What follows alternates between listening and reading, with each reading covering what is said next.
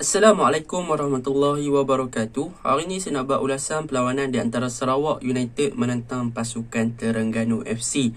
Yang mana Terengganu menang 4-2 hasil jaringan daripada Jordan Mintah 2, 1 Faisal Halim dan juga 1 daripada Faiz Nasir.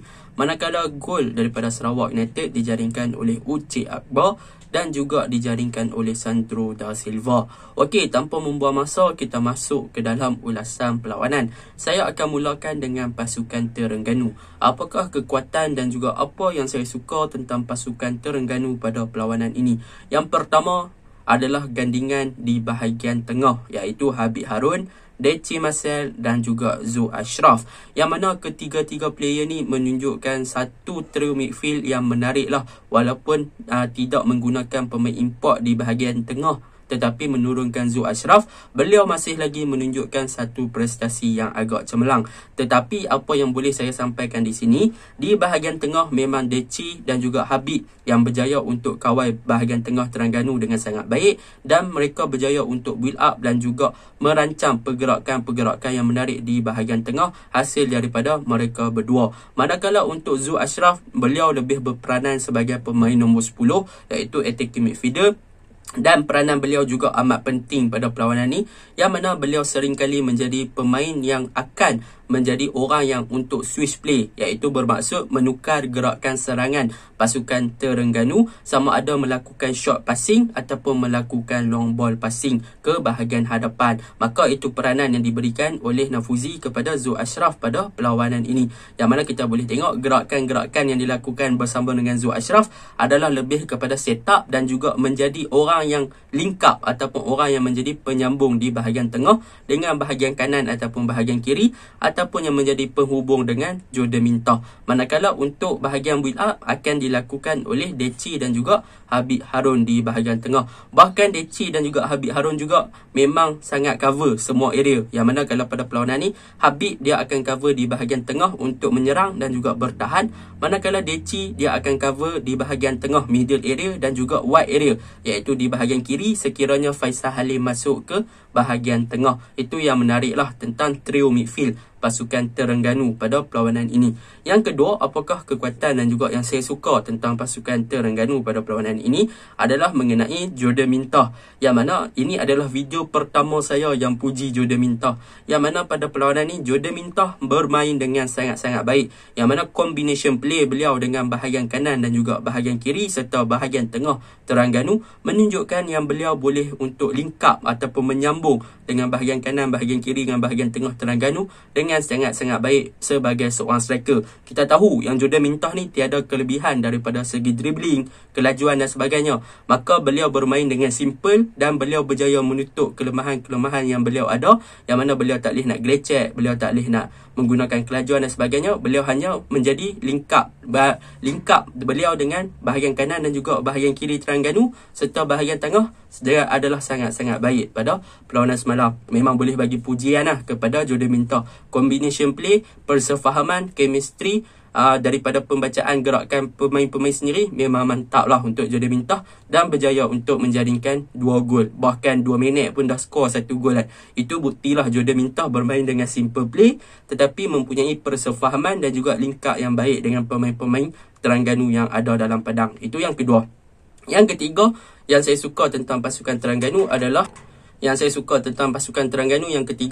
mengenai Faiz Nasir, yang mana Faiz Nasir pada perlawanan ni bermain dengan sangat-sangat baiklah. Boleh saya katakan kalau nak bagi man of the match, bagilah kepada Faiz Nasir. Beliau banyak menggerakkan bola di bahagian kanan pasukan Terengganu. Beliau juga banyak membawa bola masuk ke bahagian tengah untuk bermain 1-2 dengan Zul Ashraf, dan beliau banyak membuka bola ke bahagian kiri untuk mencari Faisal Halim dan sebagainya.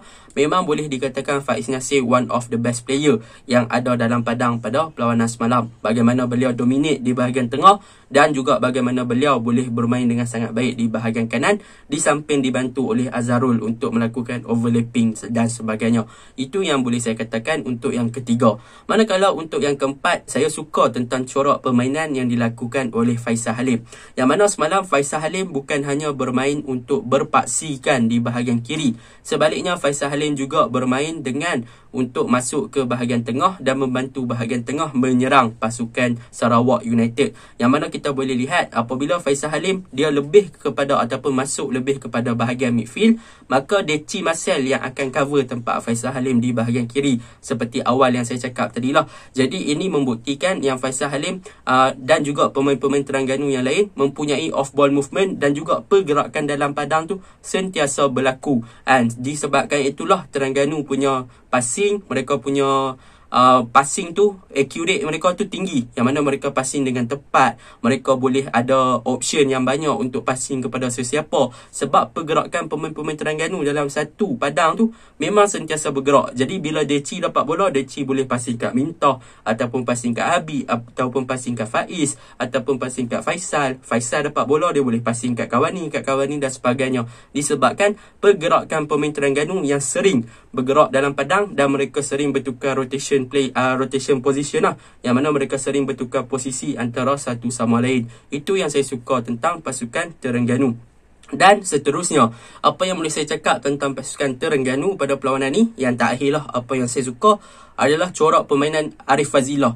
Pada perlawanan ni, Arif Fazilah bermain dengan sangat baik, tetapi beliau pada perlawanan ni bukan berfokuskan untuk melakukan overlapping ataupun untuk bertahan, tetapi kita boleh tengok bagaimana Arif Fazilah cuba untuk support bahagian tengah dan juga bagaimana beliau cuba untuk membuka bola di bahagian kiri mencari Faisal Halim. Kebanyakannya Arif Fazilah akan lebih rapat ke bahagian tengah untuk support player-player seperti Deci dan juga Habib serta Zul Ashraf, yang mana beliau banyak involve lah dengan gerakan-gerakan di bahagian tengah, dan beliau akan membuka bola daripada bahagian tengah ke bahagian kiri, yang mana selalunya typical left back kita akan tengok mereka melakukan overlapping. Tetapi untuk Arif Fazilah, beliau tak melakukan overlapping sangat, tetapi beliau naik sampai kat bahagian tengah untuk support bahagian tengah, dan dalam masa yang sama beliau juga akan cuba cari jalan untuk buka game kepada Faisal Halim. Itu yang menariklah tentang pasukan Terengganu. Akan tetapi ada kelemahan yang perlu diperbaiki. Yang pertama, kelemahan yang perlu diperbaiki adalah tentang defense, yang mana kita boleh tengok macam saya cakap tadi, Arif Fazilah suka untuk masuk ataupun naik ke bahagian tengah, tetapi apakah impak yang negatif daripada corak permainan begini adalah space ataupun ruang kosong di bahagian kiri pasukan Terengganu tu agak banyak. Jadi dengan senanglah Sarawak boleh untuk exploit ataupun masuk ke bahagian kiri pasukan Terengganu pada waktu itu, dan Sarawak boleh attack bahagian kiri Terengganu dengan begitu mudah, sebab Arif Fazilah dia lambat untuk cover balik tempat dia selepas dia naik ke bahagian tengah. Itu antara kelemahan lah, yang mana kita boleh tengok gerakan gol Sandro bermula daripada bahagian kiri pasukan Terengganu. Gol Uche pun boleh dikatakan bahagian kiri pasukan Terengganu juga, walaupun kesilapan daripada Syarul Nizam. Tetapi bahagian kiri tu memang nampak kelompongan dan juga kekosongan pada perlawanan semalam. Itu yang pertamalah kelemahan yang perlu diperbaiki. Yang kedua, apa yang perlu diperbaiki adalah di bahagian pertahanan back four, iaitu dan juga Deci dan juga Habib, yang mana apabila mereka dah leading 4-0, mereka seakan-akan dah bergembiraan. Jadi mereka hilang sikit concentration dan juga fokus dalam padang, maka mereka buat kesilapan mudah lah. Terutamanya gol Uche Akbar tu memang kesilapan yang tak sepatutnya dilakukan. Dengan tenang je Uche Akbar berjaya manfaatkan untuk menjaringkan gol kedua pasukan Sarawak. Itu sahaja untuk pasukan Terengganu. Overall Terengganu, mereka punya switch play, mereka punya corak menyerang, build up memang lawa, mereka punya off ball movement dan juga rotation pemain dalam padang tu sangat bagus, pergerakan sangat bagus, movement pemain-pemain Terengganu. Mereka ada banyak choice dan juga option untuk passing kepada pemain-pemain yang ada dalam padang. Bahkan mereka punya passing accuracy pun memang tepat habis lah, memang patut diberi pujian. Fuzi ball yang terbaik lah untuk coach tempatan pada season kali ini. Okey, untuk Sarawak United pula.